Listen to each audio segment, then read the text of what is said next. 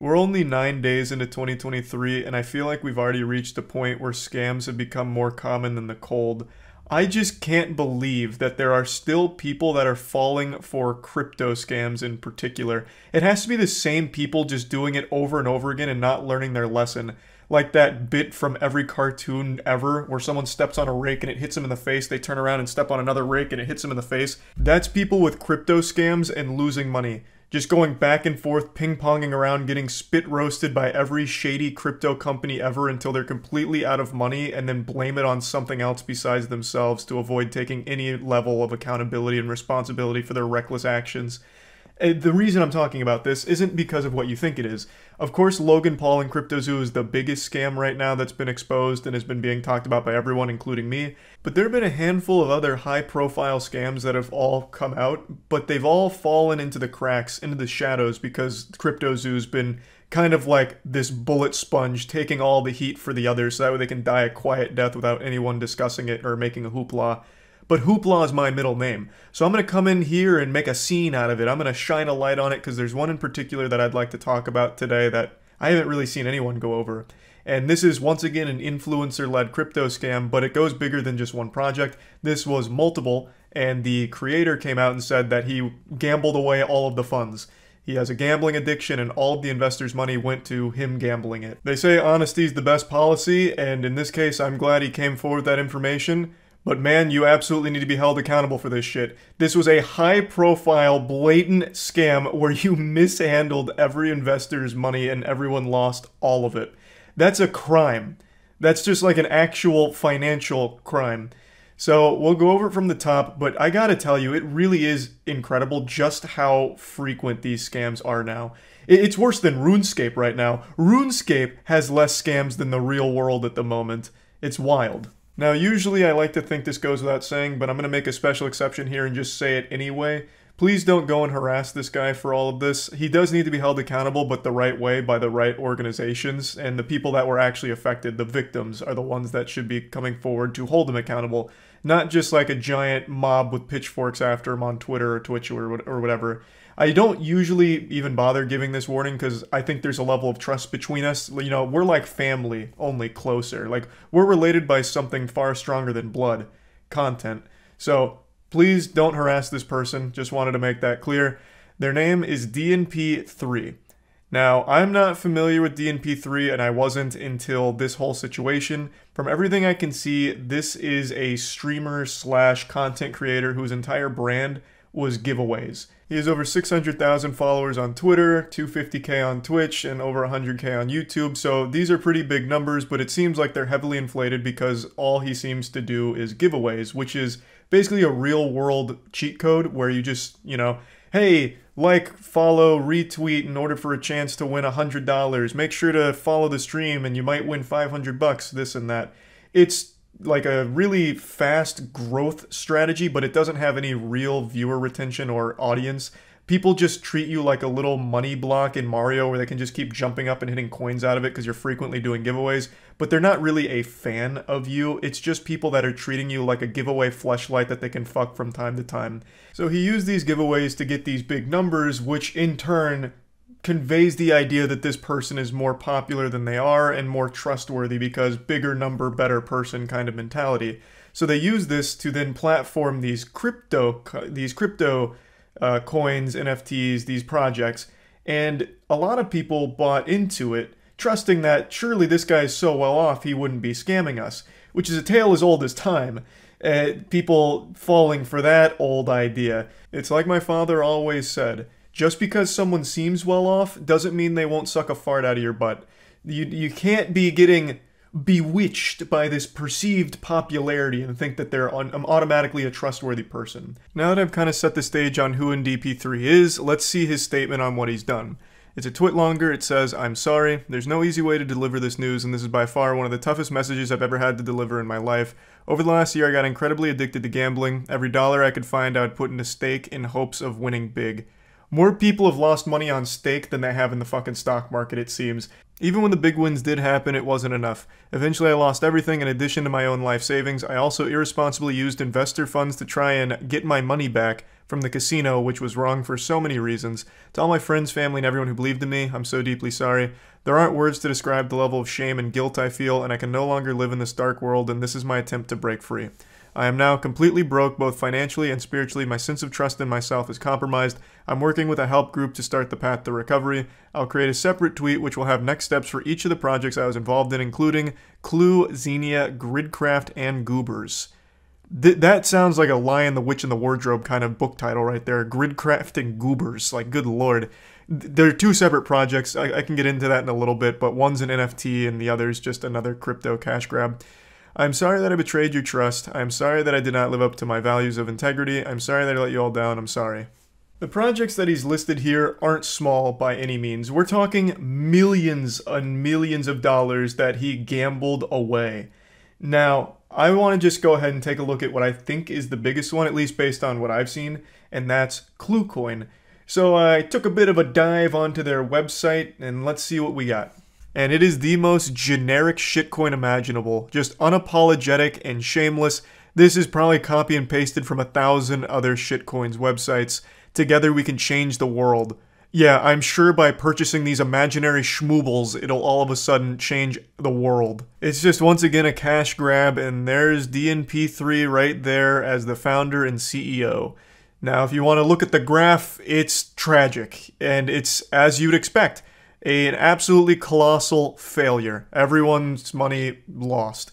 And DNP3 gambled all of it, most of it, I suppose. To me, even if he didn't gamble these funds, you were going to lose them anyway. It's a goddamn shitcoin. The inevitable fate of putting money into a shitcoin is that all of it vanishes as if it never existed in the first place.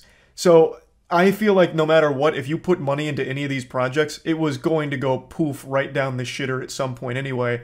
It just so happened that the person behind it is even shadier than I would have ever expected, and he's just openly taking the mask off and letting you all know that he took your money and gambled it, and he's saying it right to your face. We can also trace back where the addiction started, it seems. Go back to the genesis. Oh man, I used to watch all your streams and I really didn't notice your addiction. I thought it was just fun for you. Really sad to read these words. I hope you can find some clarity, dude. Stay in peace with yourself and your family. DNP3 responds saying, started with a sponsored stream and unleashed an addiction I never knew I had. That's very interesting. So it seems the patient zero to this disease happened to be a crypto casino itself that sponsored one of his streams and threw him deep into the rabbit hole of gambling addiction. It's crazy. These crypto casinos have claimed more souls than Shang Tsung. They really get their fangs in you, it seems. Because this is not the first story. Far from it, from these new crypto casinos that are sprouting up everywhere. Gambling addiction is really popping off these days. It seems like as there's more access to this kind of shit, more people are getting hooked on it. Addiction in any of its forms is bad, but gambling addiction is a super serious and scary one.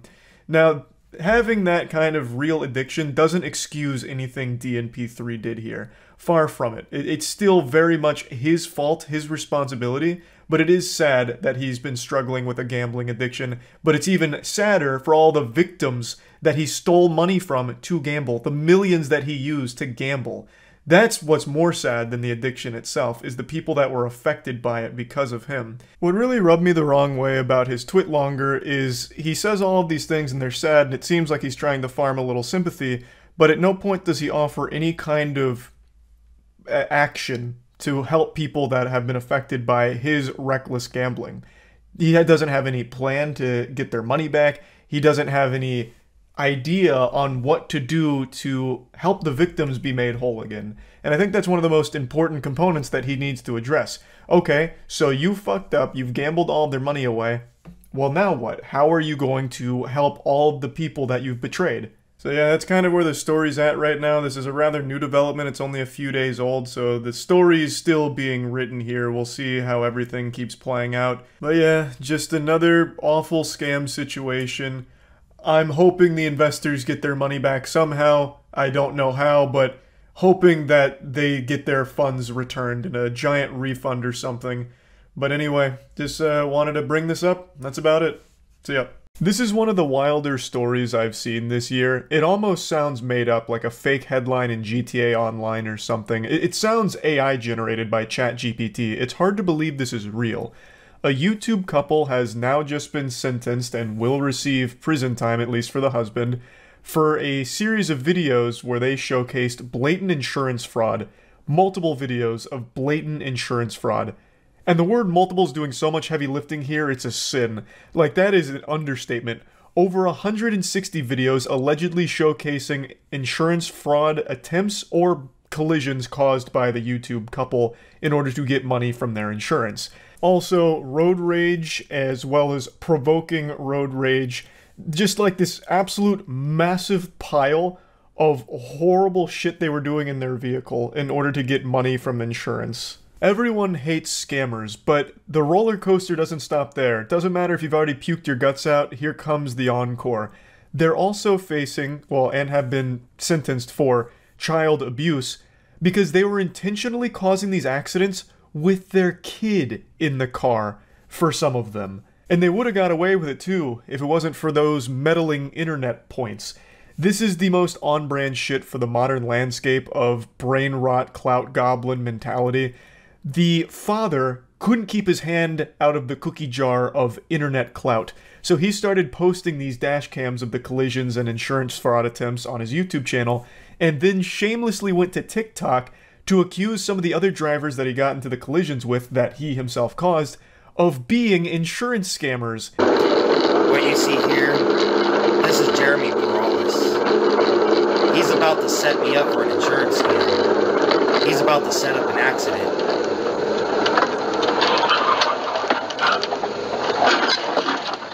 He recognized me from Facebook. Unhinged lunatic behavior right here, and then proudly posted on his own TikTok page.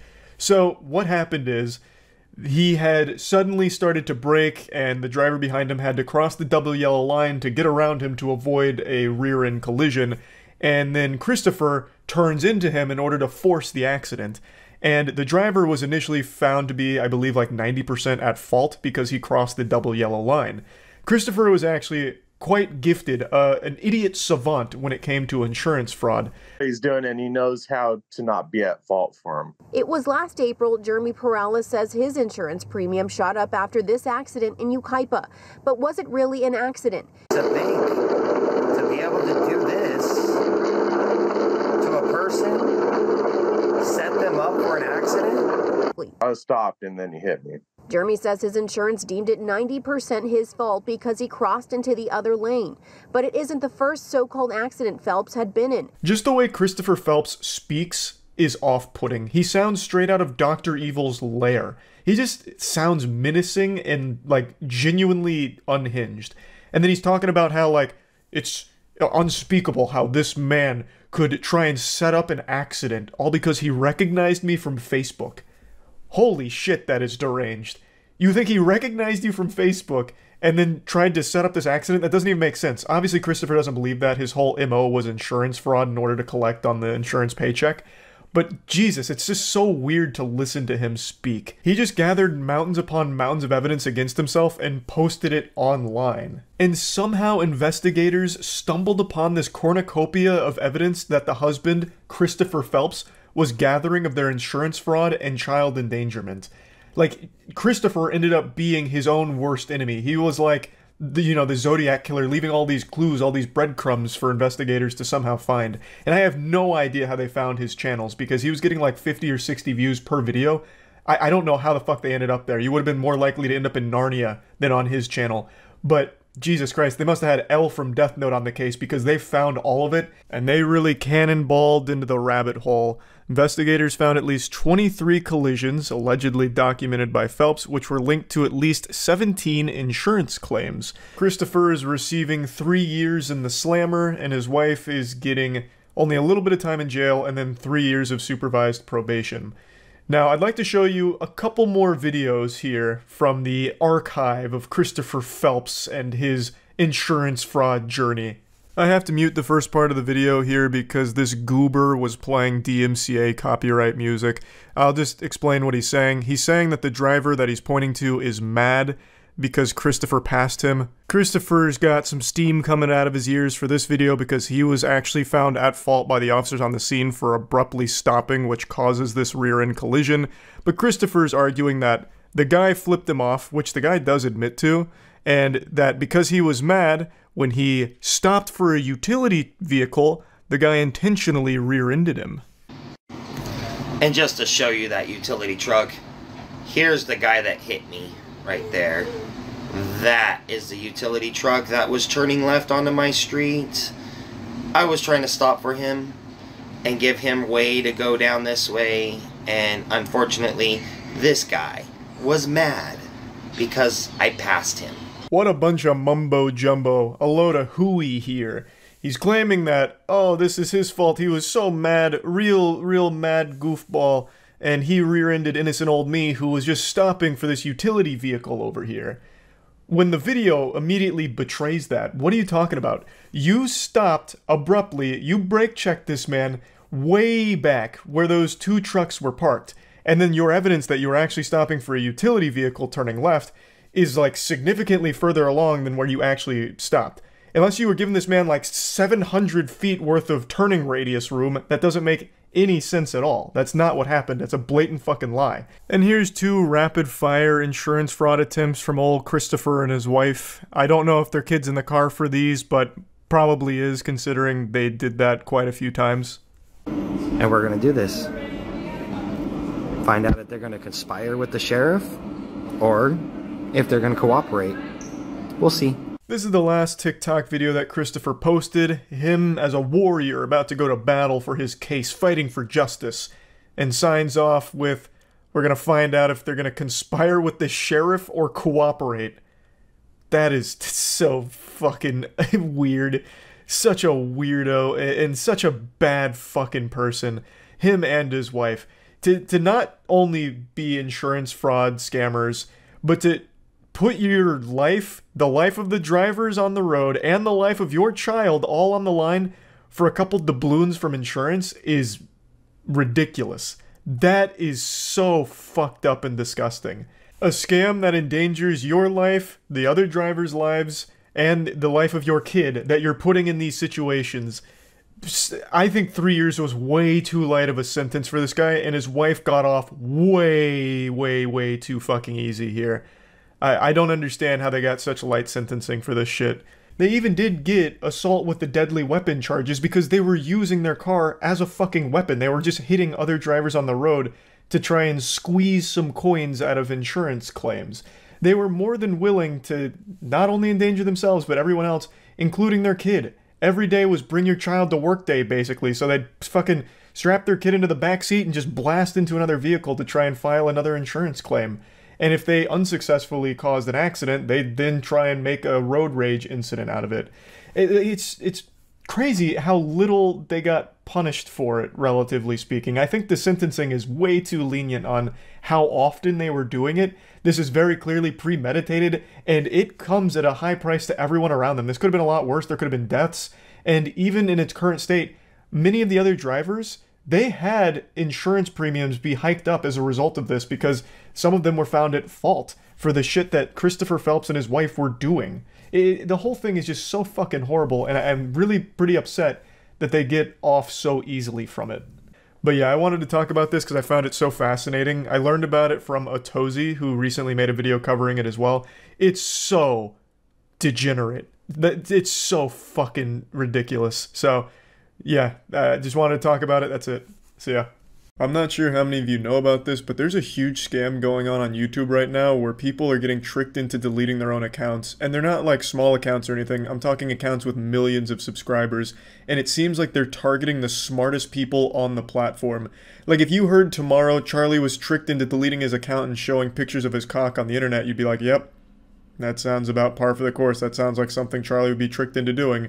But when you hear Jim Browning was tricked into deleting his channel, you're wondering what the fuck went on? Who could outsmart Jim Browning? For those that don't know, he's an extremely large YouTuber who's famous for taking down scammers and taking down entire scam operations around the world. He's super good with computers. He is literally that cyber boogeyman that your parents were afraid of in the year 2000, where they thought if you opened Microsoft Office and typed :XD, that you all of a sudden your emails were going to be hacked, your credit card information stolen, your bank account drained. He is that guy. He can do like anything with a computer that you could possibly imagine. If you accidentally say hello to Jim wrong on the internet, he's got all your fucking information ready. This guy hacked into the CCTV cameras at a scam headquarters just to gather evidence on them one time to take them down. It's incredible. It's like on Xbox Live when you'd hear some asshole say like, yeah, my dad works for Bungie and we've got all your information now, so get ready to get banned. Except Jim Browning is actually able to do that. He is that. Like, this guy is a real-life L from Death Note. Super smart guy, super great guy, and he recently was the main victim to a YouTube scam that convinced him to delete his own channel. Today he posted a video going through exactly how the scam works. It's a great video. I highly encourage you to check it out.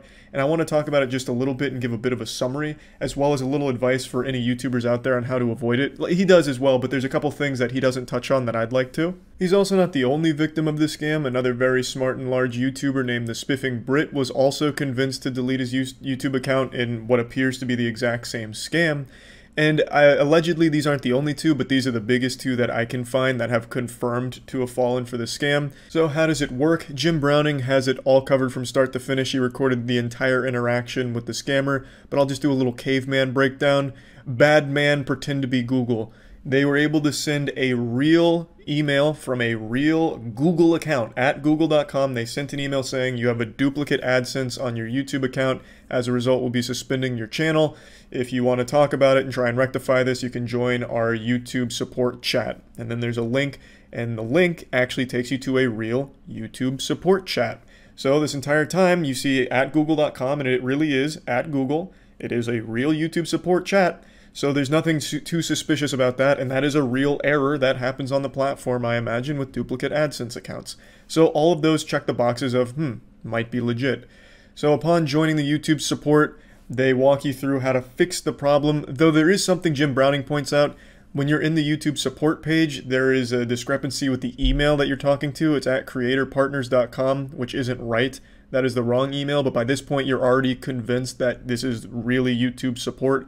So, as he mentioned, he wasn't paying enough attention to it and didn't think anything of it.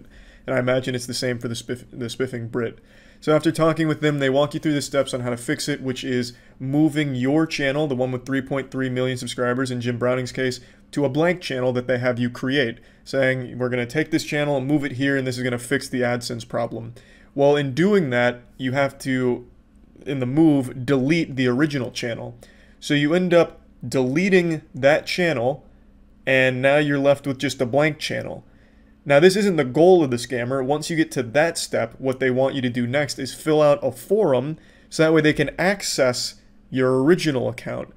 And this is where Jim Browning's, all of his sirens were going off, and we entered DEFCON alert where he realized it really was a scam. In that forum, they ask you for some really odd information that no company would ever ask for, which is stuff like your password. So that is the biggest tip. No one and nothing that is official will ever ask for your password to anything. So upon seeing that, he closed the case. He knew it was a scam, but then tried to get more information out of him. The scammer started bragging after he was caught, saying that he's worth $2.5 million off of this scam, and that he has 12 accounts, some with 6 million, some with 3 million. None of that Jim was able to confirm, but it is worth at least mentioning. And then today, the Spiffing Brit posted this picture about how his channel was deleted and he was tricked into deleting it himself by a scam. So you're led to believe that it's this same scam. Now, I don't know how far the Spiffing Brit has gone, if he actually did fill out that form and give away his password, which I would be very surprised if he did. I don't think he did that. I'm sure he noticed it was a scam at that same point, but by then, your goose is already cooked. You've deleted your channel, and now you're left with nothing except at the mercy of YouTube, who does have the capability to reinstate channels. Jim Browning is fully back online. Everything's back and running. He's got all his videos back. Everything's as it was before this scam even happened. But it is still a huge hassle, especially if they did go through with giving the password, because now the account's compromised, the scammer has it, and they can take whatever revenue the account makes. So that is a big problem. Though Jim said even if he did give the password, he thinks two-factor probably would have protected his account, and I agree, that probably would have stopped it in its tracks. But let's assume the creator doesn't have two-factor on, well, then they'd be fucked right then and there.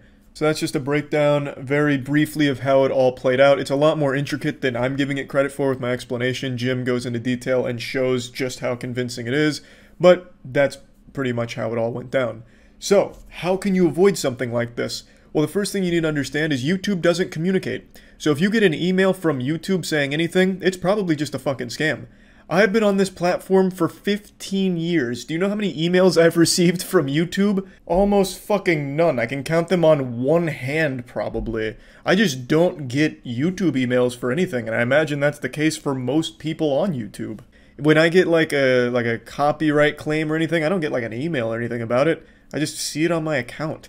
You know, I'd never get emails from YouTube. So getting anything from YouTube about like, hey, there's a problem and we want to fix it, are you fucking serious? YouTube yet never wants to fix anything, let alone reach out to you to try and get it fixed. It just doesn't fucking happen.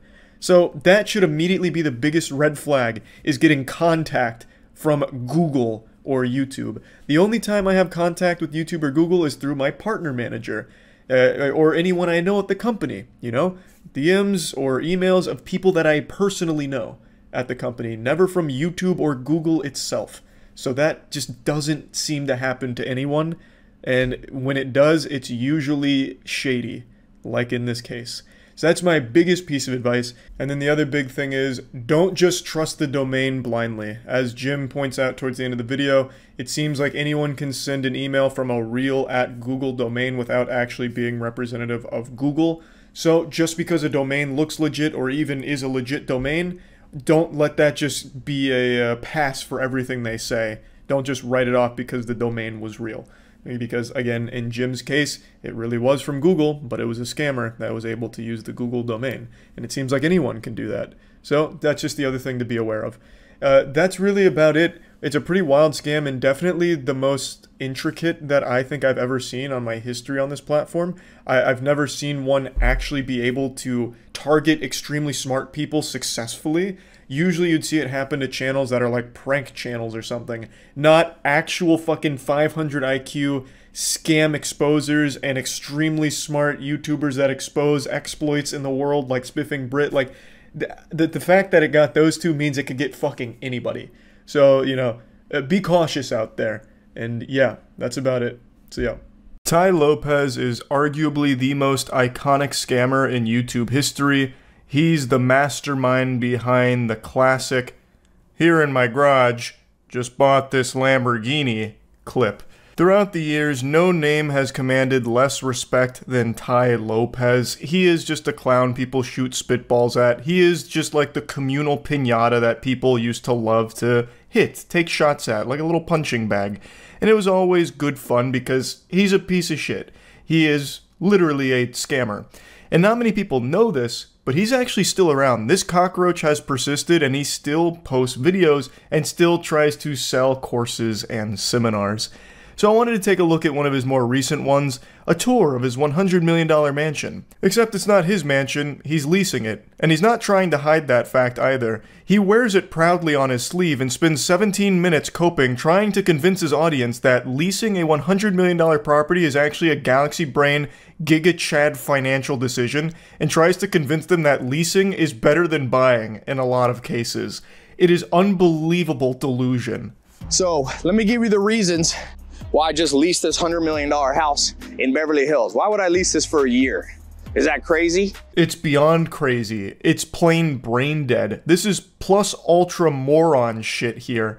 Leasing a $100 million property, like, and trying to posture it as a good thing and a smart financial decision, that is baffling. Now, I know Tai Lopez is just a complete fake person. Like, he even moves around like an NPC out of GTA, like some kind of character you'd find on the street that's like falling over or getting bullied by someone. But like this, like, it's become his whole persona. You know, I'm oiled up in my garage, rubbing my wiener on my Lamborghini, you know, that kind of thing, like flexing these wealthy things. But this is so unbelievable to me, where he's trying to position a lease on a $100 million property as a good thing. Well, I'm gonna tell you what Felix Dennis, he had the 3 F's rule.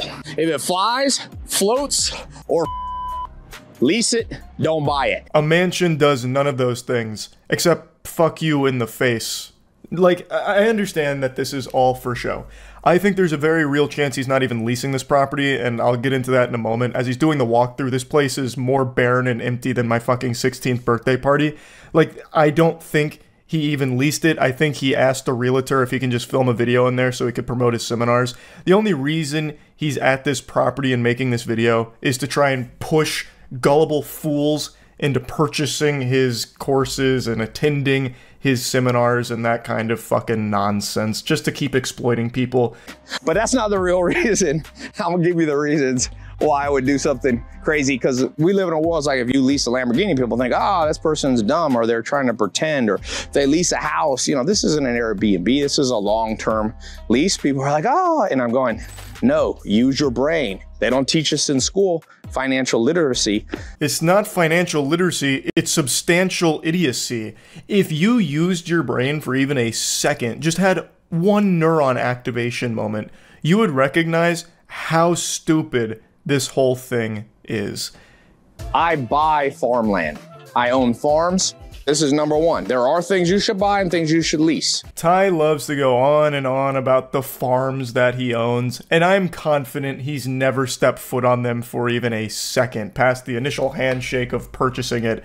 If that's even a true story, it's impossible to know with Ty Lopez, but if he did own farms, you bet your sweet bippy he'd say, ew, yucky, smelly animals, and run away. To tie it all back to Ty's 10 commandments here of leasing, I'm going to go ahead and poke some holes into that theory here. There are things you should buy, and there are things you should lease in some cases. You know what one thing you should never lease is? A $100 million mansion, no matter how well off you are. I don't even understand this from a conceptual standpoint, because this just looks pathetic. It looks weak. And I feel even the most brainwashed of suckers would see that too. Like, let's say I'm someone susceptible to Ty Lopez's manipulation. And I'm like, Ty Lopez, he's got all the secrets to wealth. If I follow him, I'll be a multimillionaire too.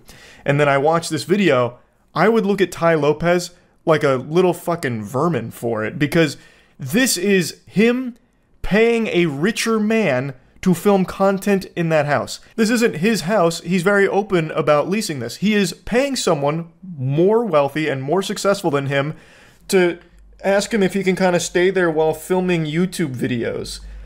Like, that's not a financial guru, that's a bitch. What I also like about this house, and reason number two, is a lease for tax purposes and deductions. If you've got a big wing of business like I do, you get better tax deductions on a lease versus a purchase. I use this little thing to separate. Actually, let's go this way first. I love that he has the business wing sectioned off here. Why? What's happening over there? Is that where the owner is and he's fucking your girlfriend, Ty? Like, I don't understand. Who in their own home would be like quarantining the business wing? That'd be like me setting up an obstacle course to get into my office here. That's where I do the high-level stuff, so naturally I've got it blockaded. Yeah, it's a sitting room, but I'm gonna put in grand piano. I like to play the piano. You runny-nosed little worm, why are you lying to me? I know you're not putting a grand piano in there. Number three is flexibility. Next reason is charity. Yes, charity. Nothing says helping the community quite like living in a $100 million mansion that you're leasing. He's doing it for the people at the end of the day. He's not selfish. He's leasing this property because he's uplifting those around him, helping everyone that he can through this. And he stays flexible, of course. He's not married to this home. If he wants to, he can go get a $200 million lease on my fucking butthole. Like, he's got so many options. Never just live for yourself. I call it the 50-50 rule. You should spend 50% of your life living for yourself and your family and people who depend on you, but 50% live for the good of others. So this house is amazing. I already did a big event, a charity pool party. You know, this backyard will hold 800 people, and I sold tables, and all the profit from the little tables in the back went to charity. So you can do good with a big house. Might actually be one of the weakest arguments I've ever heard for why some narcissistic loser would lease a $100 million property. Well, actually, there's so much good you can do with a big house like this. I threw a pool party and I sold tables. I don't know what that means, full disclosure.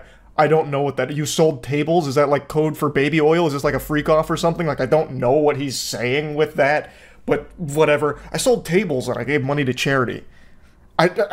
Okay, you could also just give the money to charity without leasing a $100 million home.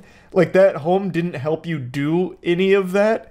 It doesn't make any sense what you're trying to say here. I also love how he tries to get really philosophical, like he's a man's man, you gotta live for yourself sometimes, but then live for others, like your family. Speaking of family, Ty, where's your wife and kids? You're pushing 50 and you still don't have a family, man. You're still on this stupid fucking grind set mentality, trying to scam people through dog shit YouTube videos and seminars like this. Next reason to lease versus buy is maintenance responsibility. You know how expensive this house is to maintain? So I love the fact that it's like you're not responsible really for the maintenance if you negotiate your lease right. Another great reason to lease versus buy is I'm too fucking lazy to do any of it myself, so I'll put that responsibility on the person that I'm leasing from. Yeah. Cool flex, Ty. I can't be bothered to do anything except sit here and make YouTube shorts promoting nonsense to fools. So I'll let someone else take care of like the actual stuff. Pool, I like swimming is underrated, man. Jogging's hard on the joints. Swimming, there's a certain magic. You look at those people like the Maoris, like The Rock, people from the South Pacific are in some of the best shape historically, the people who swam a lot. So I love swimming. I don't know why we still have all the ropes up, but I like to do my workouts outside when I can. What the fuck are you yapping about, man? What? Just say you like to swim. I don't know why he's going into this whole spiel about it. I don't think he swims, for what it's worth. I just don't believe anything that ever comes out of Tai Lopez's mouth, to be honest with you. I bet he hasn't even dipped his toes into that pool, because it might be a little too chilly or something. But, like, I don't even understand why he's even going on about this. And then he says, I like to do my workouts outside, and there's like 5 dumbbells there that go up to like maybe 20 pounds. Getting a real big pump out there, huh, Ty? He is making this shit up on the spot.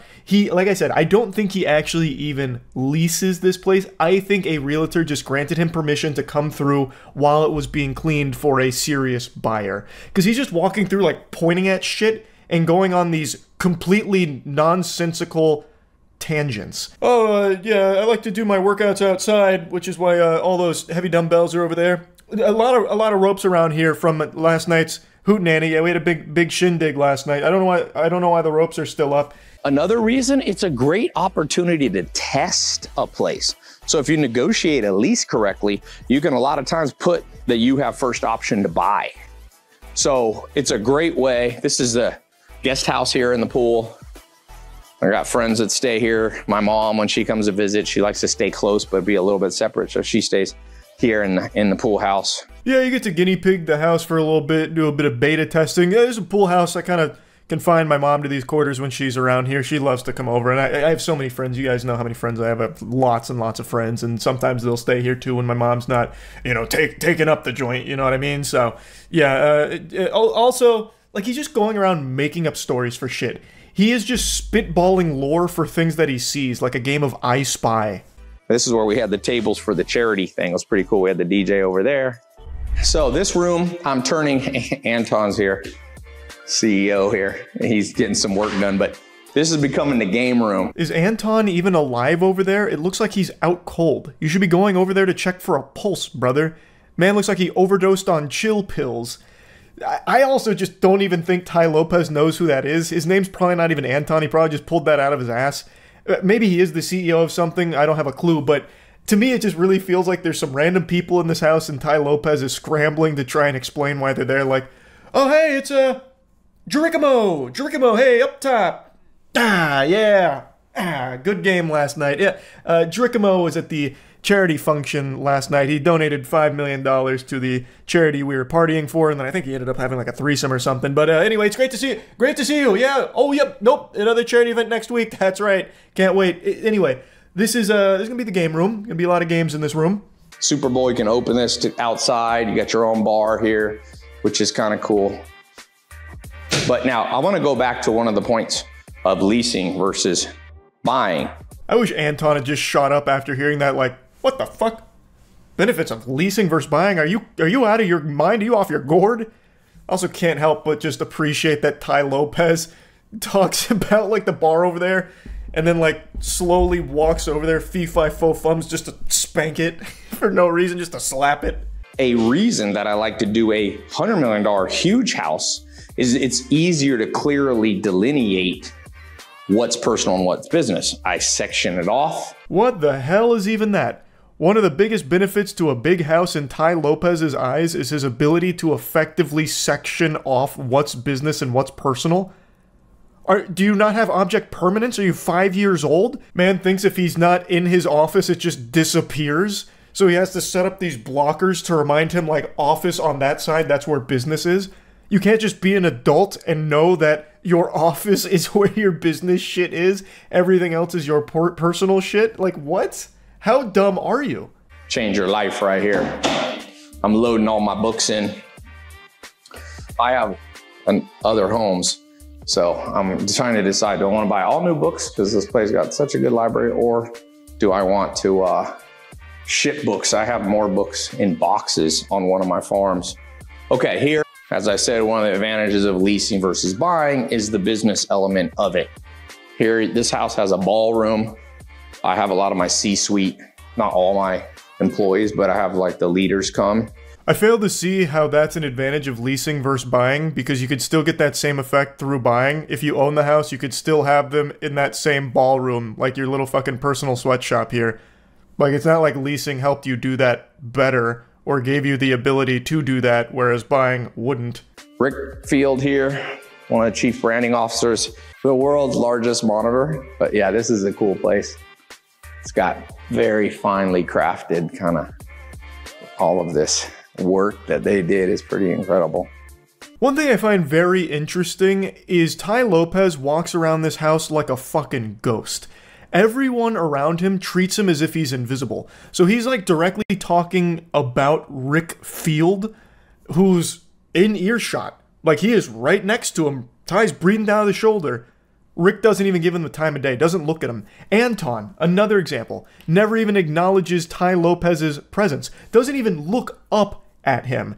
Neither does anyone in that room. I don't think they know Ty. I really don't. Very important. Heidi keeps a lot of my books. Here, tú puedes poner esto on mí.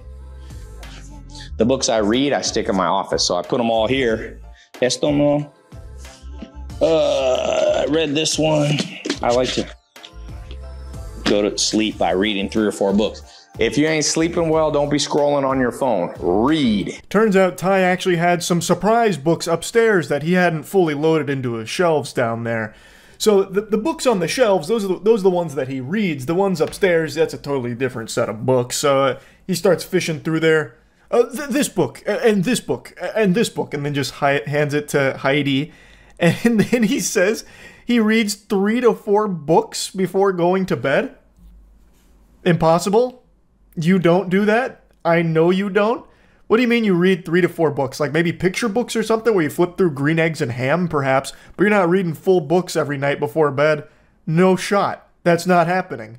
I haven't fully even, I don't spend all my time here. California is not my main home, it's somewhere else. And I also live in Europe part-time. So another reason to lease, why leased versus purchase, is I like to have multiple homes. And I feel like when you own something, you see it as your nest egg and you literally don't travel as much. I know that's psychological, but it's true. I just cannot believe that he's saying these things on camera to his audience, because it is so clear to anybody watching this how full of shit this man is. So you're telling me you lease tons of homes apparently and live a lot of different places. You're leasing a $100 million home despite not really spending that much time here. Why? Why lease a $100 million home then? You are actually just flushing money down the shitter. The reason you'd buy multiple homes if you've reached like an absurd level of wealth is you're building equity. Like you're building things. Like you are able to make money off those investments long term. Here, you are actually just burning money. So you're bad with money is what you're admitting to here, Ty. I cannot believe that he's not able to process that. I've got a big party coming up. By the way, I'm doing these mansion seminars in the ballroom and I do these charity parties. So I'll put a link in the description if you want to see the calendar of the upcoming stuff. Gorsh. Absolutely, Ty. Sign me up. Parties, mansion seminars, and a leased $100 million property. I can't wait to be taught by the master. This place, they used to use it for like big charity events. Brad Pitt had an event here. It's pretty cool. But, you know, a lot of times if you do it right, another thing I like is you can lease homes that will never come up for sale. It's kind of cool because sometimes people don't want to sell the whole home. So for me, life is about adventure. I'm not number one, my core drive is not material things. So like I said, I like to buy farmland. Farmland's been the best risk-adjusted return. You know, I'd rather own farms that have a productive use than just homes or mansions. Ty's serving up a full course of the Yappy meal here on the world's slowest elevator. Why does it take so long to go 2 floors? This elevator sucks. Is there just like a couple people with like a rope slowly letting it down as Ty gets in it? How is it that slow? Jesus.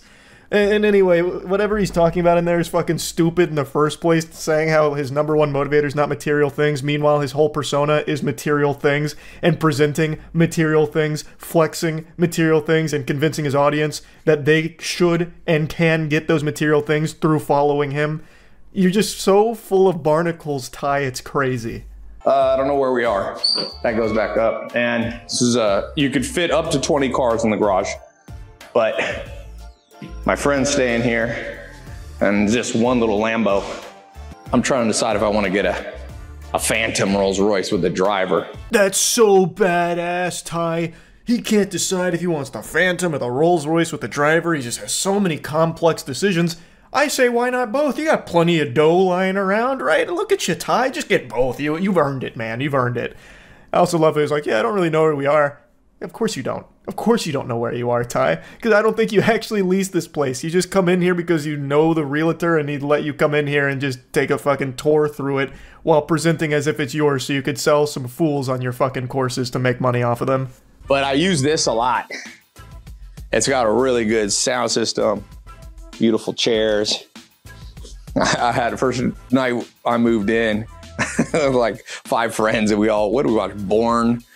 The Bourne Experiment, and it was like everybody fell asleep in the chairs. Everybody's snoring.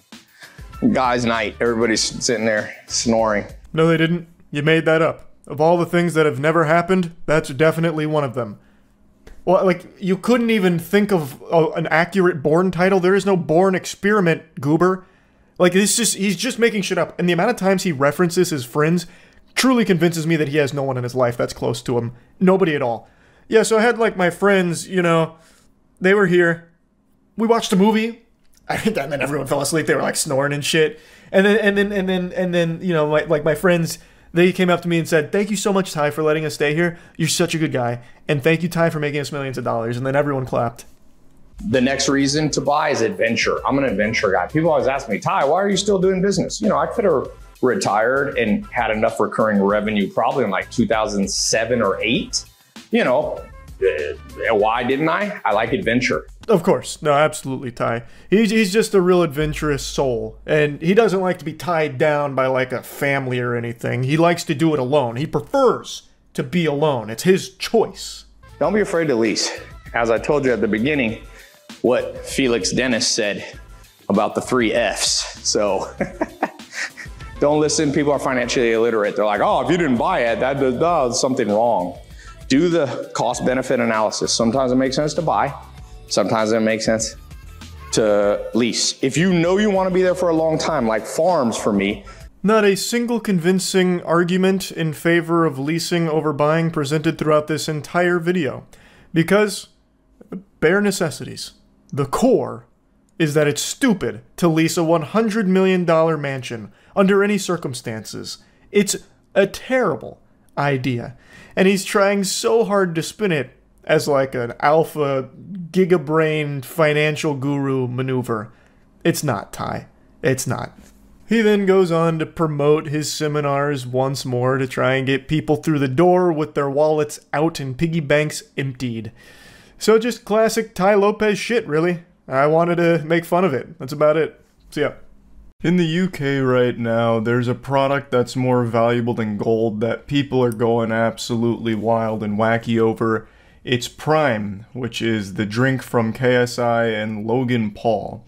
It's being treated like a holy elixir that's understocked and absolutely making people ravenous to get their hands on it. The Prime panic is sweeping the UK, and there will be no survivors. It's like the blood of Christ has been bottled and people can't help but just go fight for it. And it's not because of the taste that's led to this situation, it's because it's become something of a status symbol. Having it makes you cool if you're very young, and if you're very old, having it means you can charge a huge markup for it and scam those kids that are desperate for the attention that it brings online.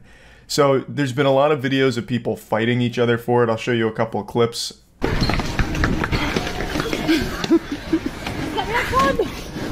Oh my god!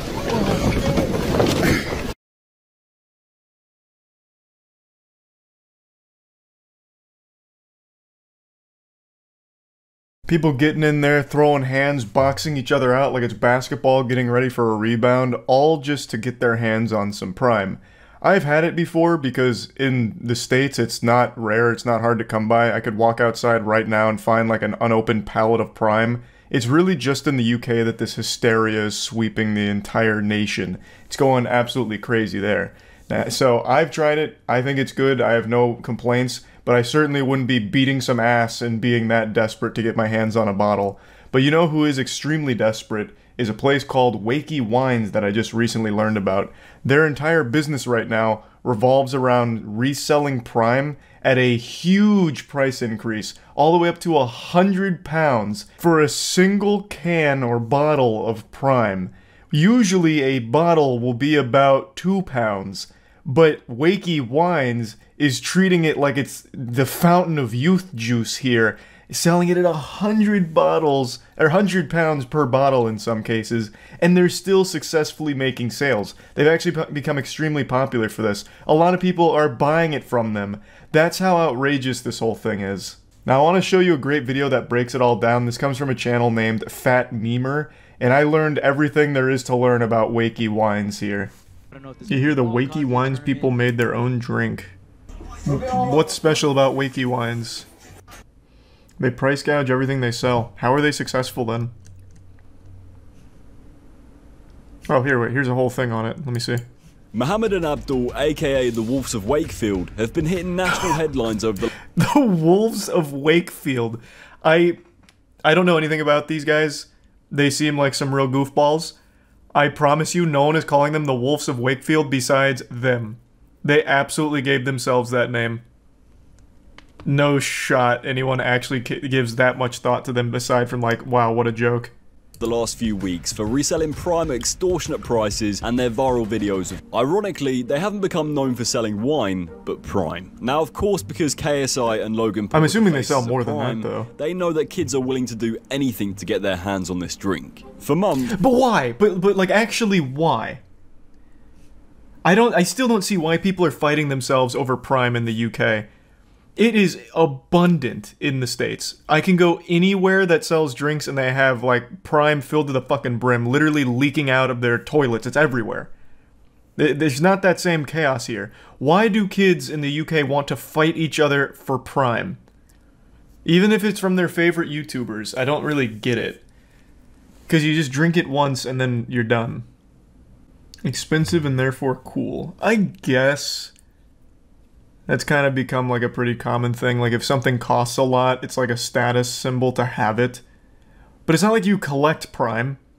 What, are they putting it in like an acrylic box and stacking it on their bookshelf? I doubt it. They probably get it, drink it for the sake of a TikTok, and then they're done.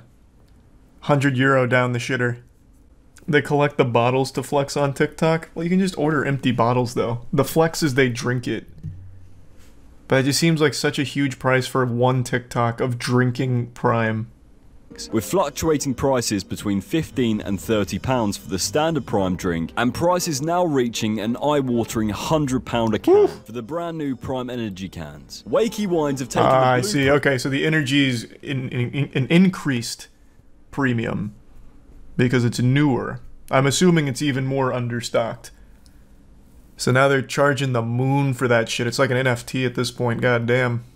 Which has led people to discover his dark past. In 2015, Mohammed received an 8-year jail sentence and served 4 years behind bars. At the time, it was reported that he pleaded guilty and was convicted of selling cocaine and heroin. With this... Yeah, it just reminded me of something totally unrelated to his charges. You guys ever see this video? It just resurfaced today about the turtle that was smuggling $53 million worth of coke.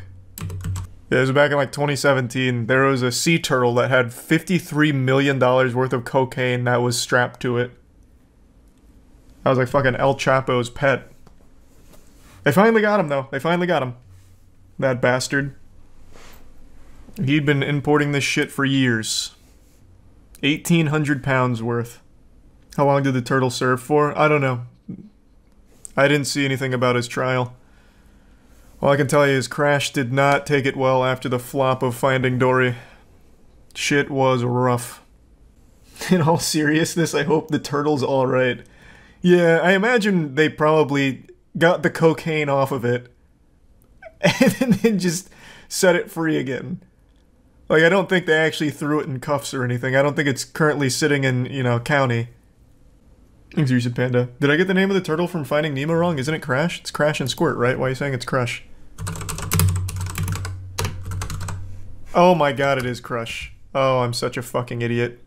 For my money now, I've got a shop. My dad bought me a shop, and I work hard, and I don't sell drugs now. So I just thought I put it out there rather than everybody else saying Azza's doing this, Azza's doing that, and I'm a changed person. I'm reformed. Thank you very much.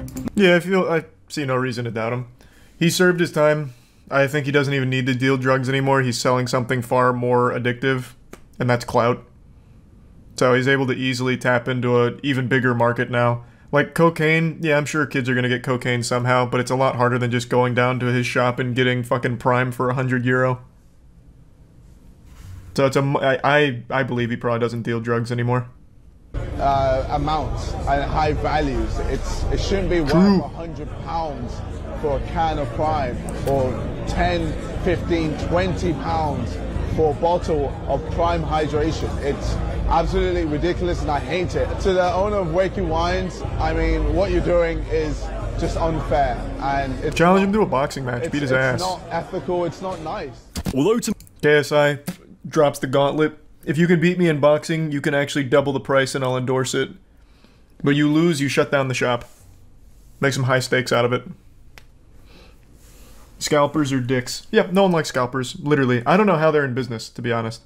They must just be very lucky that some people are so starved for the clout of that TikTok flex of drinking the Prime that they'll pay the £100. But, yeah, no one likes them. Literally no one likes them. I think scalpers are probably like one of the only unanimously hated career paths in the world. Like, even a drug dealer, you can make some arguments for, like, a good drug dealer. He's peddling escapism. Well, he's doing it because he has to feed his family at home. With a scalper, no one's making those arguments. Scalpers just fucking suck across the board. I just checked, it's like 120 American dollars. Yeah, if you convert it to freedom units, it's over $100. It is outrageous. I mean, that's scalping in a nutshell, though. fair play, Mo. In fact, if you're a kid and you're paying £100 for a bottle of Prime, then you deserve to get scammed. You've got to write the kid off. He's got no chance. You know what? I'll make an argument in defense of Wakey Wines. He's teaching kids an important lesson about getting scammed early. And hopefully, it'll be something that stays with them for the rest of their life. Like, wow, what a fucking idiot I was paying £100 for this bottle of Prime. Never doing that again. It's a low-level scam. It's very expensive for a kid. Very expensive in general. So it should be one that would resonate pretty profoundly, I would think. It's not the kid's money, it's the idiot parents. That's possible, I guess. Well, it'll teach the parents an important lesson about not raising a dumb kid. I don't know. Video emerged of Mo in a nightclub dancing the night away with women of the night. One Twitter user stated, "Sniffing lines, banging nines, and selling Prime." I mean, cool slogan. Can you blame him? Put that on the store. He's paid his dues to society, and anyway, these kids wouldn't know how to spend their money properly. Wakey Wines seems to be going from strength to strength, and now even have their own song. Oh! Wait! This is the Paradox Metaverse crypto place? Where the Amio Talio tried to get like Wakey Wine's endorsement behind him and not even they were able to make anything out of it? That's crazy! Wow, they actually just do go scam to scam. So they're even in metaverse scams. Holy shit. Crypto scams. Wait, that's fucking wild. That's a full circle. They're just like this giant fleshlight that scams will filter through. Cool. Thank you so much for watching this video. Make sure to follow me on all of my socials. This is a great breakdown of it. I didn't know shit about them. Subscribe and comment below what you want to see next. Huge. Good work. That's interesting. What a nice little cameo from previous season supervillains with Paradox Metaverse crypto. How's that coin doing, by the way? Let's take a peek. Oh, jeepers. How did it all go so wrong? Oh, I can't believe it. That's the day chart? Oh, yeah, that's fair. That's fair. We should look at how it's doing over the last week. Oh, no. What? How's this possible? Whoa! What was this little pump here? Amio Talio buying on bot accounts. Good work. That was a nice little pump and dump for a day. Literally a day. And then back to rugging it. Did you see kids opening Prime at Christmas? They reacted the same way as a kid getting his first Xbox. That's so cute. There is no worse or more degenerate place on the entire internet than TikTok Live. TikTok live streams are actual hell on earth. You'd sooner find me in the adult baby diaper lovers community forums before you'd find me in a goddamn TikTok live stream chat. I would sooner go to the front lines of a war zone than venture on over to TikTok live streams. It's just so bad and pathetic. The majority of the TikTok live streams I've ever seen are just blatant scams or people non-stop begging for donations with a made-up sob story. And that's what we're going to focus on today. I'm sure you've already seen some of the more popular scammers on TikTok live streams, such as the one Mudahar recently made a video about. This is a trend where you have these adults near children who appeared to be ill, and it's a pre-recorded video, it's not actually live. Sorry to spoil the Christmas magic there. And what they're doing is they're just begging for money, like, you know, rocking back and forth, saying like, guys, this child's gonna stay sick unless you give us money right now. Your money can bring this child back to life. We have the antidote, we just don't have the money. The panacea will save them, and we just need your money to save this child's life because they're so sick. If you don't send the money, they're gonna stay sick forever. Please don't let this happen. And it's obviously aimed at exploiting people's willingness to help those in need. This one's actually a pretty deep scam because it's not just individuals doing it by themselves. It's actually like an entire business that is having people do this for them. Like it's like almost an entire empire they're building off of this scam. At least that's what it appears to be. And there's one other thing I'd like to mention, and this one's not very important. It's just a little pet peeve of mine that really grinds my asshole. In TikTok, the way you tip isn't directly with money. They had to be quirky about it and unique. So instead of tipping real money, you're tipping goofy, dumb shit like roses or sunglasses, top hats. Oh, thanks for the 5 roses. Whoa, 14 Glurpies? Holy shit, you're too generous. Oh my god, a milkshake? No, you guys are being too nice today. I understand it's Christmas, but you can't be spending this kind of money giving me a dragon? I hate it. I hate it so much. Don't be such a fucking weirdo. Just make it like one-to-one, like, oh, here's $5 or whatever. I hate that they have to like convert it into stupid little Microsoft clip art shit as like, here's what you got tipped, it's a rose. It's dumb, I hate that. Not important, but just something I wanted to point out. So this is a very common scam, but it's not the only one. There are just so many scams similar to this, and there's a video that's been posted by a YouTuber named Wasabi who goes over one of the biggest culprits of scamming like this, and probably the most popular one, who frequently does these kind of live streams and still hasn't been banned, and actually has a following of over 500,000 people. But for live streaming instead. If you end up on the TikTok live stream section, you've already fucked up. Like, I'm just gonna assume you're there for something nefarious. Like, why the fuck would you ever watch a TikTok live stream? Go anywhere else for live content. Not TikTok. Like, holy shit. It's fucking terrible. That is the worst streams ever. Bar none. Becomes a lot more appealing to people wanting to give live streaming a shot, or potentially by scammers who see it as a great opportunity to take advantage of other people. So judging by the thumbnail, this is the scammer he's about to call out, and I can already tell you he's doing the exact same scam that I briefly mentioned. I'm going to take a shot here, just based off of the other scams I know on TikTok live streams. He plays pre-recorded videos begging for money, doing something, telling a sob story, one of the two, and he just loops that shit endlessly to try and farm money out of it. And we are not getting a galaxy. You see, I just needed to be positive because we aren't getting galaxy. I was so confident. You are making me rage today. You are making me rage today because we aren't getting a galaxy. Which means I don't have to knock it over, which means I'm not going to rage, and which means I'm not emo. Because galaxy means I'm emo and I have to knock it down. Someone translate. Is a galaxy some kind of like in-app currency that's a big one? What does that translate to real currency? How many doubloons? It's about why am I... How am I getting so many different answers to that question? I'm just gonna look it up myself. How in the fuck... It is a standard rate on the gift, I have to imagine. How the fuck did I get a range of $5 to $1,000 from so many different people? Jesus, why do I ask? Why do I bother asking? Costs $13.50. God damn it. Holy shit, it is $13.50. Okay, so then this is just everyone's doing this scam then. Displaying pre-recorded videos as a stream. Is this fake? No, your mom fake. It's not fake. The cherry on top, some people don't even have real streams. They're just pre-recorded. They're fake. So the process for going live is pretty straightforward. On TikTok's website, it says you must be 8 that don't know any better, so they're easy to fool and potentially get money from. That's also very common. On TikTok Live, I know they take Twitch streams sometimes and just broadcast it there as well on their page to farm off of the TikTok stream, or off the Twitch streamer. So they'll take like a VOD. They'll take like, let's say, XQC playing GTA RP. They'll take his entire stream, download it onto their phone or tablet or whatever, and then they'll just play it as a live stream on TikTok and just let people come in and just farm. That's pretty common on TikTok. I've seen that before. Do I watch TikTok? The only time I go on TikTok is when there's like an interesting drama story. Otherwise, I don't fucking touch it. I am not really too big of a fan. I'm sure there's good content on there somewhere, but I'm not going to be the one digging through to find it. It's more than $13. There's no way it's like $100. Are you talking about the Galaxy? What do you mean? I looked it up. TikTok Galaxy cost. Why did you donate to tell me that when you can just look it up yourself?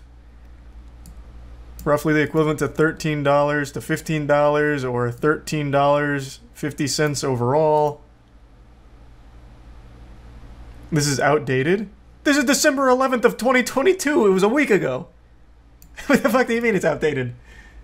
Yeah, I mean, I guess maybe inflation's a whole new kind of beast over on TikTok. I'm just going to say this is probably correct for now. The easiest way to tell if a stream is fake is to look at the user's profile. For a majority of them, their profiles are either blank with a fake profile picture, and the bio either has no text, or some of them say, "Don't give me Galaxy," which is their way of saying, "Give me money." Are you serious right now? I haven't blinked for the last 17 days. You can literally join my live right now. Check for yourself. I don't blink. This is unwatchable. Holy fuck. Your live? That is cap, bro. I haven't blinked in the last 7 days. You can literally join my...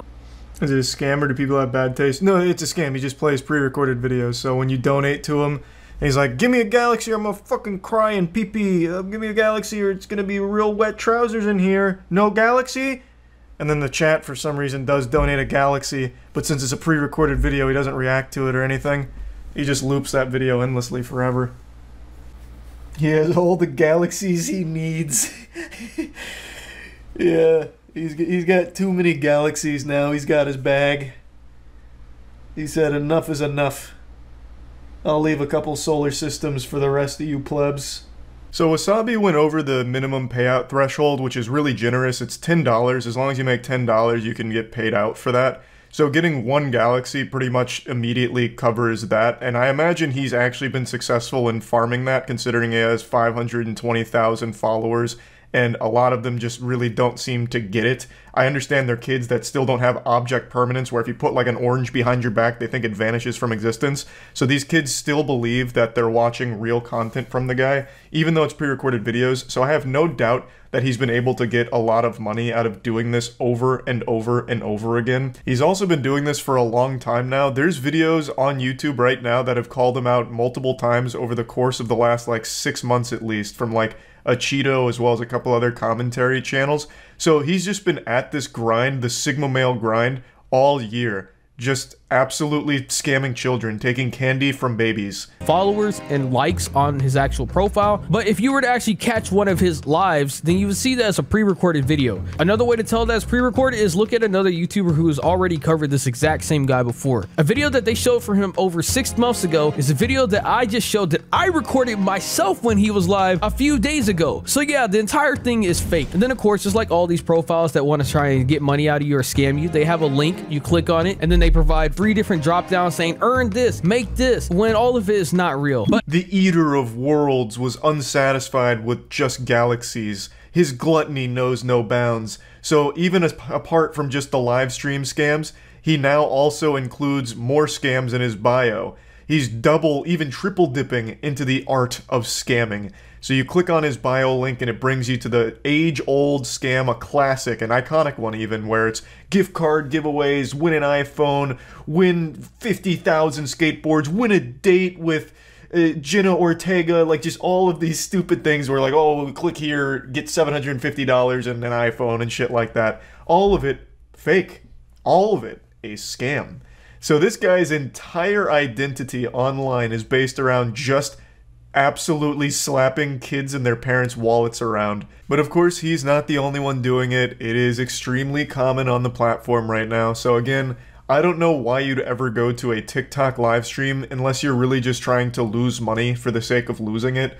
But at that point, just flush it down the toilet. Why bother giving it to a piece of shit like this guy? So yeah, I just wanted to talk about some of the scams going around on there, and that's about it. So yeah. Today I wanted to tell a story I recently told on stream about the time I got scammed for all of the money I had at the time. I must have been 18, maybe 19. I was definitely still a virgin when this happened. Not that that's pertinent to the story, but just a little bit of lore there, a little side note. And my friend Andrew had come to visit me so we could party at my university. But unfortunately, when he came up, there were no parties, and if there were, we certainly weren't invited. The lacrosse bros did not want the gamer nerds coming in. So I've got my buddy Andrew over, and he's just eating fucking Reese's cups as we're doing nothing except playing like Tekken Tag Tournament 2. And then eventually we decided to find something else to do, and we found a carnival that had rolled into town. It was like one of those pop-up shop carnivals where they transport everything in on like a dilapidated school bus. So they scooted in and they set up shop nearby and were like, well, fuck it, we're not doing anything else. Let's go to this carnival. And I swear to God, when we got there, it looked like something out of Courage the Cowardly Dog. This place looked haunted. And we were basically like the only customers there. There was like a few children, or at least the spirits of children that were there like hanging out, and they were riding the only ride at this carnival, which was one of those spinning rides, but it was like this giant horrifying metal contraption that just looked like a medieval torture device. It looked like a fucking transformer that had gotten hit with a stick of dynamite. It looked so rusted and gross. I have no doubt that was just a tetanus disaster waiting to happen. I don't even know if those kids are even alive anymore if they rode that fucking thing. But that's about all they had. They had that one ride and then a ton of shady carnival games. Not like the fun, goofy ones that you can actually win, you know, like the basketball one or shooting water into a target. They had only the rigged ones that you can't win under any circumstances. So this was less of a carnival that came in and more of just like a rolling scam that travels. But of course, I'm 18, 19 years old at the time. I'm a virgin, so all I'm really thinking about is titties and how I'm not seeing them. So, you know, I kind of disregard that, and I'm going around with Andrew, and we're playing a few of the games. Of course, we're not winning anything, not even like those tiny stuffed animals. We're getting nothing. The closest thing we're getting to a prize is stepping on a used condom in the parking lot. Like, there's just really nothing that we're accomplishing. We're just wasting money and wasting time. To reiterate the location, it was literally in a parking lot in between two condemned buildings. That was the location. This fucking barren wasteland looked like something out of the Fallout universe. It would have been less gross to just wander through catacombs, because at least then we wouldn't have been losing money doing it. But I came to this with like $200 in my wallet or something like that, and we were playing through these games, not winning, and I'd gone down like 50 or 60 bucks, I don't remember exactly what, but it was a lot. Like, we were spending a lot of time just indulging in this filthy sin. Now, before I get to like the actual meat here of when I lost all my money and how this all happened, I want to drive home a point. I'm not exactly like a super gullible person, I don't think. I like to imagine like I'm a grizzly, chiseled man with hair on my sack, because as an avid RuneScape player, I know how to recognize a scam. I started playing RuneScape in 2005, and I got used like a fleshlight on that game. I was falling for a lot of scams. I once gave my fucking password away to a guy who said that he didn't think my password was cool. So to prove him wrong, I just gave him my password in order to impress him. And then I lost my account to him. Like, I was scammed a lot. And it was an invaluable lesson it taught me. When someone's trying to take advantage of me, how to recognize a scammer, and just like all of these red flags that should go off in people's heads when they're faced with a scam. I think every child should be scammed at some point. Teach them a valuable lesson. They don't need to lose their house or anything, or like get wrapped up with a crypto gambling scam or whatever, but maybe just like a small scale scam for candy. Teach them a little something. That I always believed that the lessons I learned in RuneScape through getting scammed would be very helpful, and so far they have been, but on that day, nothing could have prepared me for the scam that I was going to encounter at that godforsaken carnival. The game was the toss a ball off a backboard, make it land in a bucket, and you win one of the jumbo prizes, like the fucking wumbo-sized unicorns and bears and shit. So for those that don't know, the game is a wooden backboard, it's a big circle, and it's at an angle, it's slanted this way. Underneath it is a basket that's poking out just enough for a ball to bounce off the backboard and fall in the basket. And you only have to do it one time and you win the biggest prize. So this carnival's not very big, obviously. Andrew and I had passed this a few times, and it wasn't like there was some heavenly glow on it, like, this is the game for me, this is the one I want to play. But as we passed it for like the third or fourth time, the dude finally calls over. He's like, you guys are just wandering around, come over here, let's just like talk and hang out. And we weren't doing anything, so we'll come flirt with this guy, whatever. And he's just so charismatic. We're just talking, shooting the shit. I think he brought up sports, and at the time I was like a sports fan, so we talked a little bit. And then he just started talking about his game. He's like, if you guys want to play, you can just like play this game. It's $5 for 3 throws, might as well, and we'll just keep talking. I was like, that's a good deal, $5, 3 throws, and it looks really easy. And he's like, well, I don't want you to think that this is like rigged or anything. I want to show you that this can be done, because, he must have seen us losing. So he demonstrated that it could be done. So he walks up, he's like a little off to the side of where I'm standing, where I have to stand to shoot. And he bounces it off the backboard, first try, right in the bucket. He's like, yeah, I can do this all day. Picks up the ball, does it again, picks up the ball, does it again. He does it like 3 times in a row, and it's like, okay, this game looks really easy. So then he hands me the balls. It's an absolute disaster. I'm sticking my dick in my own ass. I can't get a single ball even close to the bucket, no matter how lightly I throw it or where I'm hitting the backboard. For some reason, it's like it's being shot out of a cannon once it hits that backboard. And it's not making any sense to me, because I'm doing like the exact same thing he is. I'm putting a little spin on it. It's just not getting the job done. Nothing's working. And then he hits me with this proposition. For $10, I'll give you 10 throws, and I'll give you your money back from this round and the previous round, and still give you the big prize. I was like, what in tarnation? This is the nicest guy on earth. What a great deal. 10 throws, $10, and I get all of my money back plus the big prize? What am I waiting for? I'm fucking losing money not playing right now. How am I going to say no to this? That right there is a huge red flag. I didn't know this until well after the fact, but this is a well-known carnival scam. When they start saying you could win your money back, they're doing that because they know you can't. The game is rigged. He shows me again, he's like, hey, let me just make sure you know that you can do this. Just do it just like this. So then he just makes it 5 more times right in front of me. Like, he just shows that it is very easily achievable. Hands me the balls, I go through all 10 balls, nothing even close. Like, sometimes you can get it to bounce off the backboard and hit the basket inside, but the ball's so light that it bounces right out, like every single time. So now I'm $15 in the shitter and I'm feeling really bad. Andrew's trying to be like the guardian angel on my shoulder, like, Charlie, let's just go ahead and leave. You're not going to make this. It's clearly too difficult and there's some trick to it you don't know. And I took that as a challenge. I'm like, excuse me, motherfucker, what did you say to me? You say I can't do this? Sign me up for another round, let's ride. And it's the same deal. He doubled the price again, so $20 for 10 balls, but I can win my money back. So for $20, I can win my $15 back, and then I'm back where I started, and everything's good, and I get the big prize. So again, I go through all 10 balls, nothing.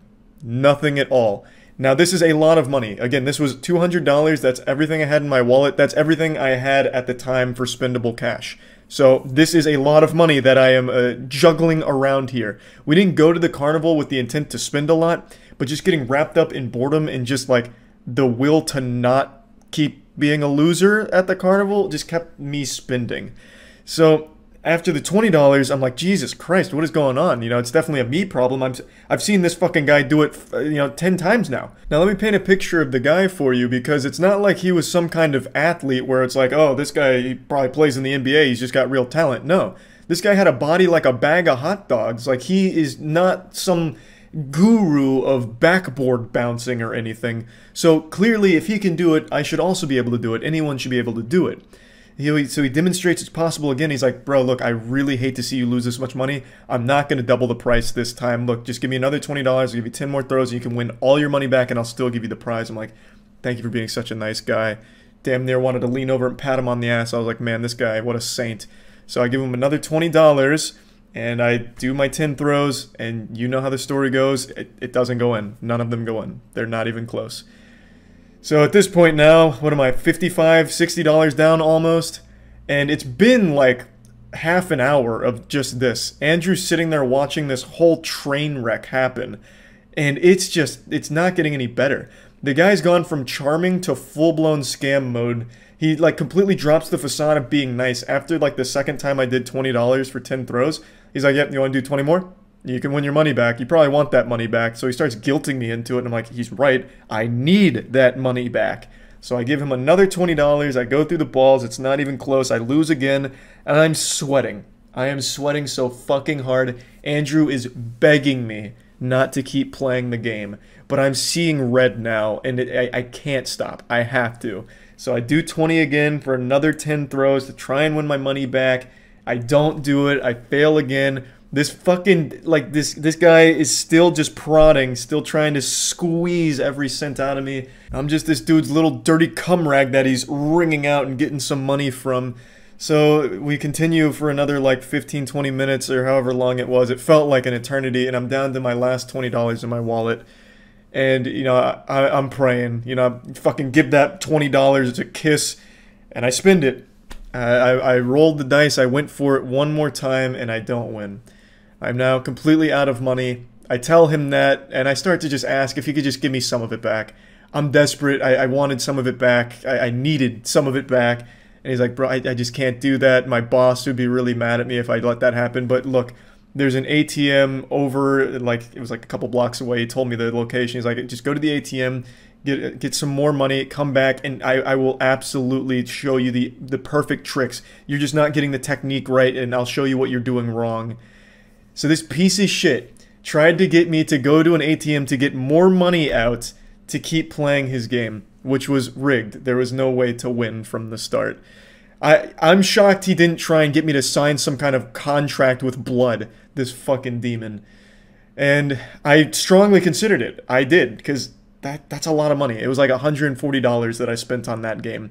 $200 in total at that fucking carnival, but on that game in particular, there was $140 right in the goddamn toilet, right into that stinky dumpster. And I needed that back. Like, I really wanted that back. But Andrew talked me out of actually going to get more money from the ATM, like from savings or something. And I didn't go back. I ate the loss. That, to date, is one of like the most shameful moments / scams of my life. Now, it wasn't until way after the fact, in fact, even on stream is where I learned how he was actually able to do it. I thought that I remembered on one of those shows that bust carnival games that are rigged, I thought the reason he was able to make it and I wasn't was the angle he was able to throw from. He was able to throw much closer than I was. In this game, there is a line that you have to throw behind. There is like a little barrier that you have to throw from behind that in order to participate. And I thought that was the key. He was closer than I was, and that's how he was able to ricochet it off every time into the basket. But it's actually deeper than that. That does play a role, but he actually used a heavier ball. He didn't use the exact same balls that he gave me. his ball was weighted more, so when it bounced off the backboard, it didn't fly as far. So he was able to get it off the backboard into the basket and have it stay in the basket. And that's why mine couldn't do it. It was something I never noticed at the time, that he wasn't using the same balls he was giving me. He had a heavier one, or a heavier set to use. So even if I went and somehow found $1,000 to put into that game that night, I would have never had a chance of winning my money back, despite this guy showing me how it was done and promising me that if I just made one single ball in that bucket, I'd get all my money back and all the problems would be solved. I still absolutely despise that guy. I hold a grudge on that shit. It takes a lot to scam someone right to their face, especially like an 18-year-old college student who is telling you how much the money means to him, and for you to knowingly keep misleading them and make them believe they can win it back and that you're a good guy. Like, you're a giant piece of shit. Besides the obvious lesson I learned from this experience, I also learned how to fuck them in the ass. The games that aren't rigged, I mastered. I decided I wanted to win all their big prizes because fuck them. I'm able to win their biggest prizes on my first try, and I just give those prizes away to people at the carnival so I never feel scammed again. It's definitely petty, but it's a little bit of revenge for what the carnival took from me on that night. So I posted this video a few years ago, and it's showing me winning like the basketball game and the beer bottle game for the giant prizes. Both of these games are also rigged in favor of the carnival, but I was able to master the way of doing them. So the basketball game, the rim is an oval instead of a circle, so you have to have an absolutely perfect high arcing shot in order for it to make it. And for the beer bottle game, you have to lean at the right time and the right like distance lean, and you can stand it up every time. So I master these games, I get the big prizes, and I give that shit away. Just that way they lose a little bit of money on those prizes, a little bit of pettiness from Charlie. I'm like the fucking Batman of carnivals. So yeah, anyway, I just wanted to share this story. Maybe it'll be like educational for someone out there, but at the end of the day, I just thought it was a fun story. I'm over it now. I still don't like the guy who did that to me, but yeah, I just thought it was worth sharing. That's about it. See ya.